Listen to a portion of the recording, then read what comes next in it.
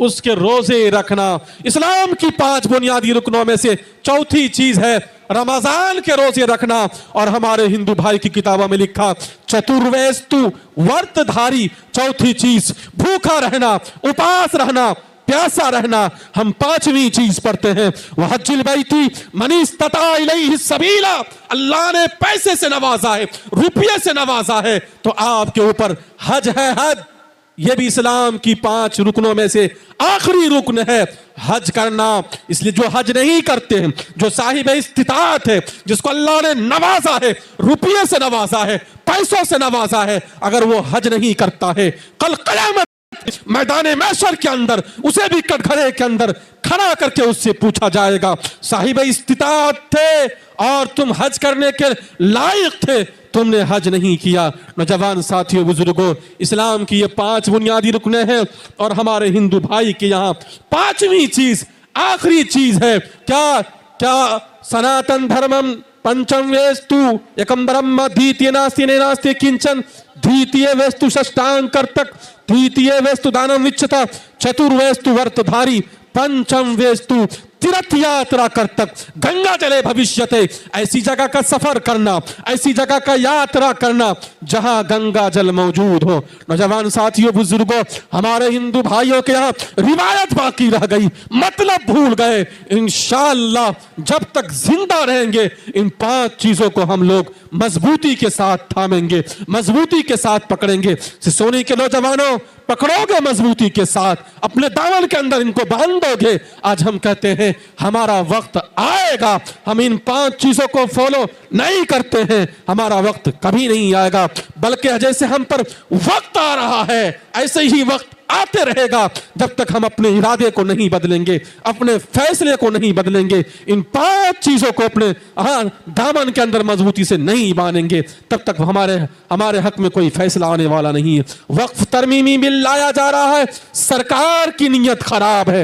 वक्फ तरमीमी bill के जरिए से मुसलमानों को परेशान करना है और कोई और मकसद नहीं है। जो मुद्दा है सरकार का उस पर वो नहीं चल रहा है। विकास मुद्दा है, वो विकास नहीं करना है, बल्कि मुसलमानों पर जुल्म बर्बरियत का पहाड़ तोड़ा जा रहा है। ये हमारी और आपकी कमजोरी की वजह से ऐसा हो रहा है। नौजवान साथियों, बुजुर्गों, अगर हमारा ईमान मुकम्मल होगा, कामिल होगा, हम 5 चीजों के फॉलोवर्स होंगे, इंशाअल्लाह हमारे ऊपर कभी वक्त नहीं आएगा, बल्कि वक्त हमारा आएगा अगर हम इन 5 चीजों पर अमल करने वाले बनेंगे इंशाअल्लाह।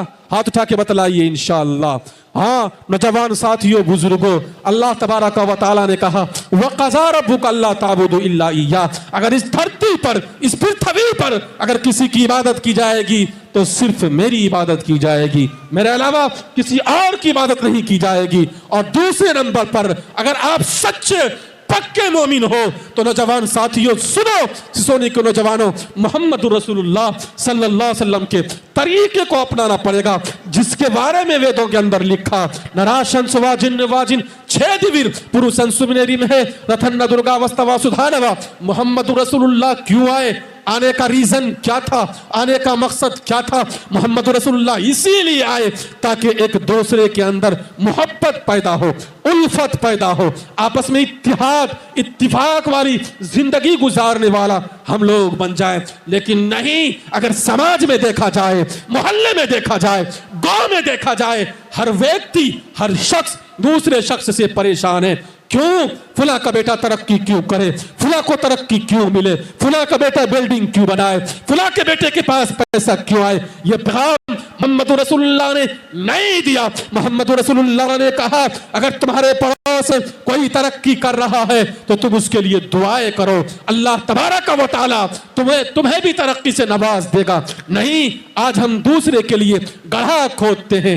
याद रखो, अगर हम दूसरे के लिए गड्ढा खोदेंगे तो कभी हम तरक्की नहीं कर सकते, बल्कि अल्लाह से दुआ कीजिए, अल्लाह मैं किसी से हसद करने वाला नहीं, मैं किसी से जलने वाला नहीं, मैं किसी से कीना रखने वाला वाला नहीं। ऐ बारेला, मेरा किरदार तो ये है, मेरा अखलाक तो ये है, रात के 12 बजे, रात के 1 बजे, रात के 2 बजे अगर समाज का कोई व्यक्ति, कोई शख्स मुझे पुकारता है, ऐ अल्लाह मेरे हाथों में ऐसी ताकत दे, मेरे पाँव में ऐसी ताकत दे, मैं समाज की खिदमत करने वाला बनूं, मैं कौम की खिदमत करने वाला बनूं, मैं बस्ती के अंदर हर शख्स का खिदमत करने वाला बनूं। कसम परवरदिगार आलम की, अल्लाह तबारक व तआला आपको भी तरक्की से नवाज देगा, लेकिन शर्त यह है अपने दिल से हसद को निकालो, अपने दिल से कीने को निकालो, अपने दिल से बुग़्ज़ को निकालो, इंशाअल्लाह आप भी तरक्की कर लोगे, करोगे इंशाअल्लाह। हसद निकालो, बुग़्ज़ को निकालो और अपने दिल के अंदर मोहब्बत पैदा करो। ये पैगाम मोहम्मद रसूलुल्लाह ने हमें दिया। कौन मोहम्मद रसूलुल्लाह सल्लल्लाहु अलैहि वसल्लम, जिसने दीन के खातिर बड़ी कुर्बानियां पेश की है। ये दीन जो हम देख रहे हैं हमारे सामने खिलती हुई कली की तरह और महकते हुए फूल की तरह जो सबसे सादा मुअत्तर नजर आ रहा है, ये मोहम्मद रसूलुल्लाह सल्लल्लाहु अलैहि वसल्लम की मेहनत का समरा है। मोहम्मद रसूलुल्लाह ना आते हम इस धरती पर नहीं आते। जवान साथियों, बुजुर्गों, उसी को कहा मंत्र के अंदर, श्लोक के अंदर कहा गया, नरा शंस वाजिन छेदिविर पुरुषन सुमने रिम है। मोहम्मद रसूलुल्लाह आए तो हमें जीने का सलीका मिला, मोहम्मद रसूलुल्लाह आए तो हमें रहने का सलीका मालूम हुआ, मोहम्मद रसूलुल्लाह आए इन बेटियों को इज्जत का मकाम मिला, मोहम्मद रसूलुल्लाह आए तो माँ को इज्जत का मकाम मिला। और जवान साथियों, बुजुर्गों, कौन मोहम्मद रसूलुल्लाह? ये बेटियां जब घर में पैदा होती थी, आपके आने से पहले इसे जमीन के अंदर जिंदा दरगोर किया जाता था, लेकिन मोहम्मद रसूलुल्लाह सल्लल्लाहु अलैहि वसल्लम आए, इन बेटियों को इज्जत का मकाम मिला। साहबी रसूल है, कहते अल्लाह के नबी सल्लल्लाहु अलैहि वसल्लम, जमाने जाहिलियत था, मैंने बड़ा पापी किया है, मैंने बड़ा जुल्म किया है, मैंने बड़ा अत्याचार किया है, अल्लाह मुझे माफ नहीं करेगा। अल्लाह के नबी सल्लल्लाहु अलैहि वसल्लम ने कहा, तुमने कौन सा गुनाह किया है जो अल्लाह माफ नहीं करेगा? कहा, मैं कौम का रहबर था, मैं कौम का लीडर था, मैं कौम का मुखिया था, मैं कौम का सरपंच था। अल्लाह के नबी सल्लल्लाहु अलैहि वसल्लम, अगर किसी के यहाँ कोई बेटी पैदा होती, कोई लड़की पैदा होती, मैं ये हुक्म देता कि फुला के यहाँ बेटी पैदा हुई है, जाओ उस बेटी को जमीन के अंदर जिंदा दरगोर कर दो। कहा, अल्लाह मुझे माफ नहीं करेगा। अल्लाह के नबी सल्लल्लाहु अलैहि वसल्लम पर वही आई, अल्लाह के नबी सल्लल्लाहु अलैहि वसल्लम ने कहा, वो जमाने जाहिलियत था, अब जहालत से निकल करके तुम रोशनी की तरफ आ चुके हो, अल्लाह ने तुम्हारे उस जुर्म को माफ कर दिया। कहा, अल्लाह के नबी, मैंने इससे भी बड़ा जुल्म किया है, इससे भी बड़ा पापी किया है। कहा, कौन सा तुमने पापी किया है, कौन सा गुनाह किया है? अल्लाह के नबी, मैंने बेटियों को जिंदा जमीन के अंदर दरगोर करवाया ही, लेकिन मेरी बीवी थी, मेरी बीवी के पेट में एक बच्चा पल रहा था, मैं सफर पर जा रहा था। अल्लाह के नबी सल्लल्लाहु अलैहि वसल्लम ने कहा, तुमने उसके साथ क्या किया? मैंने अपनी बीवी को हुक्म दिया, ये आर्डर दिया, तुम्हारे पेट के अंदर जो बच्चा पल रहा है, तुम्हारे पेट से जो बच्चा निकलेगा, अगर वो बच्चा लड़की होगी, उसे जमीन के अंदर जिंदा दरगोर कर देना। अल्लाह के नबी सल्लल्लाहु अलैहि वसल्लम से वो कहने लगता, अल्लाह के नबी, जब मैं सफर से वापस आया, दरवाजे पर दस्तक दी, कुंडी बजाया और दरवाजे से आवाज आती है, एक नन्ही सी बच्ची